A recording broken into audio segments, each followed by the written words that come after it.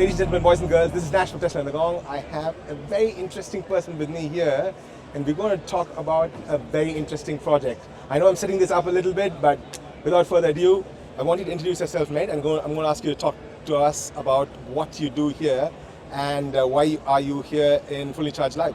Yeah, so I'm Money, and I'm a Girl in STEM, part of the Girls in STEM electric car project. We are currently converting our Range Rover into an electric vehicle. That is so awesome and so cool, mate. I'm really, really impressed that you got into this. How did you get into this? Through family ties. So the car was at a workshop, and my family owned the workshop and went, "You should become part of this project. You'd really enjoy it."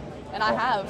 Oh, that's awesome, mate. That's awesome. And which year model is this Range Rover? This is a 1973 two-door Range Rover. An absolute vintage model at that, and a good one at that. So you had to strip it down to its absolute basic shell, and then? Yeah, it was very rusted out. So Okay. we started with the shell, and we just did some prep work, rust work, and then painted, and motor in, and slowly building it from there. Rightio. So first things first, everybody wants to know what are the motors you put inside, and then how did it all come about?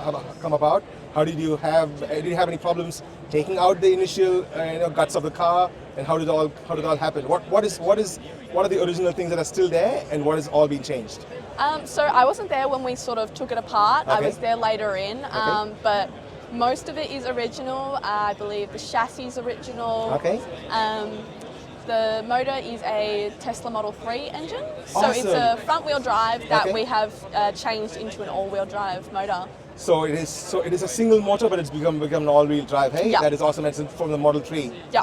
That's awesome. And the batteries? Yep, they're all Tesla as well, lithium ion. We've got Okay. 16 of them. We're putting 8 in the front and 8 in the back. And how many kilowatts does it work up to? About 64. So 64 kilowatts, almost like a Model 3 then. Yeah. And so that's why the Model 3 motor is it? Is that how the decision came about? Yeah, we sort of got it as a group of things together. So Rightio.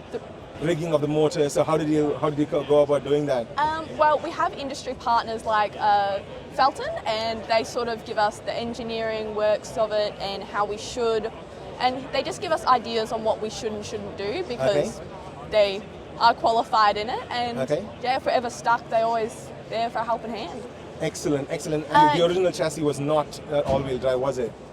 No, it's originally an all-wheel drive car, but we had to change the engineering of the car so it does fit the engine in the way we want it to be, because the engine is in the middle of the car now. Oh, that's true, and that helps in the weight distribution as well? Yeah. Okay. So engine in the middle, batteries in the front and back. Does it drive yet, or what's the story? We haven't driven it around yet. The batteries aren't connected, but we have pushed it around a lot. Fair enough. And do you know when you're going to power this up? Hopefully by August it is ready for the road. Excellent, by August. And the charge ports is a Type 2 charge port just like in the Teslas? So it takes both AC and DC current. So. True. So this is our 3-phase, that's with our AC current, and that one under there is our DC current for our batteries. This is where we plug in for charge. It is where the original diesel plug went. Yeah. So that is a Type 2 with a CCS2. Yeah. So that's for the AC and the DC. That's awesome, mate. That's super awesome. Okay. Go for it. This is our Tesla Model 3 that we have converted, and these are the drive shafts. Under here is our AC unit that will be fully electric, and our electric dashboard as well, with all the gauges. So it is still has the gauges as well? Yeah, we've gotten them specially made, so it has all our logos and our partnership logos as well. That's awesome. This is about the size our batteries will be. There'll be 2 of these boxes. Each will contain 8 batteries each. You talked about batteries in the rear as well, isn't it? Yeah, so there'll be the exact same sort of size box in the rear of the car as well.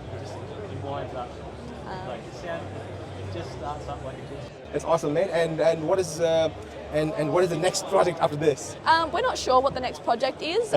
So once this goes on the road, it will become a rental, and that will go towards the next project. But this is so big, we're just waiting for it to sort of finish up and go and sort of get ideas from the community on what we should do next. Excellent, mate, and best of luck for the next project as well. Thank you. Awesome.